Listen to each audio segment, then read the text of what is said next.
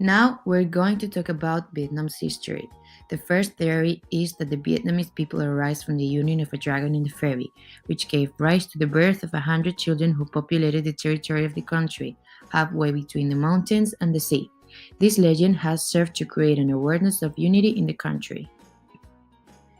The second theory is that the different people of Vietnam come from the same place, the mother's womb, which has served as an element equalizer between the different ethnic groups and beliefs of the country. Both opinions' function has been to intertwine the destinies of the different Vietnameses. Ancient Vietnam is divided into three parts: North, Center, and South. About 2,000 years ago, the people of northern Vietnam began growing rice in the Red River valleys. To do this, they built dams and dug canals. They created a state known as Van Lang, the origin of the Vietnam's cultural identity. Meanwhile, in the central part of the country, a state of undeniable Hindu influence emerged, the Champa Kingdom, a kind of confederation of kingdoms with great wealth and power thanks to trade, whose spiritual capital was in the area of the temples of Mai San. The south was dominated by a state known as Funan, established around the Mekong Delta and Cambodia since the 1st century. Known from foreign sources and archaeological excavations, it was a crucial point of trade between Malaysia and India. China invaded the territories of northern Vietnam and subdued the Vietnamese people.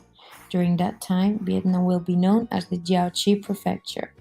The Chinese brought with them Buddhism, Taoism, and the principles of Confucianism, as well as the principles of a bureaucratic state.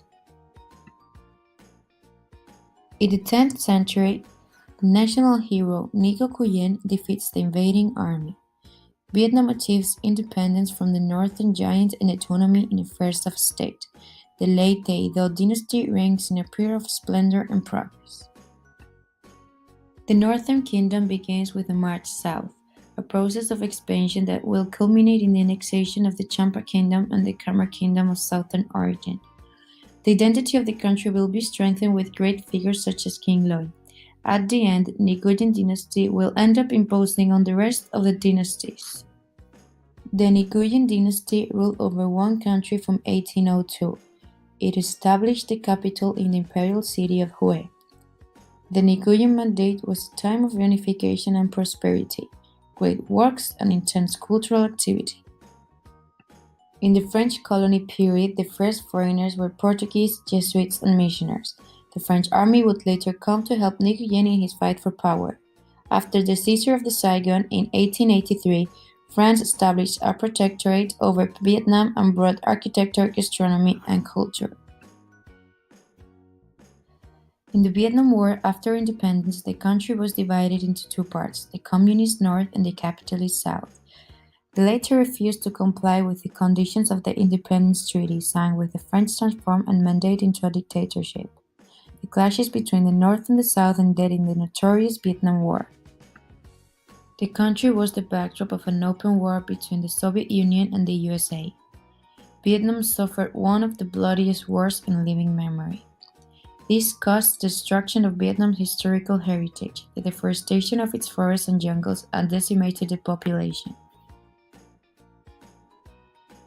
Reunification had a very difficult beginning. First, the complicated task of adapting the southern economy to the communist system. Second, the population was suffering from decades of confrontation.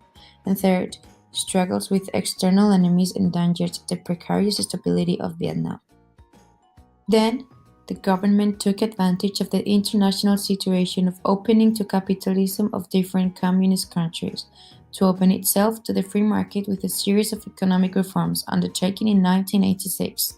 Since then, the country has improved dramatically.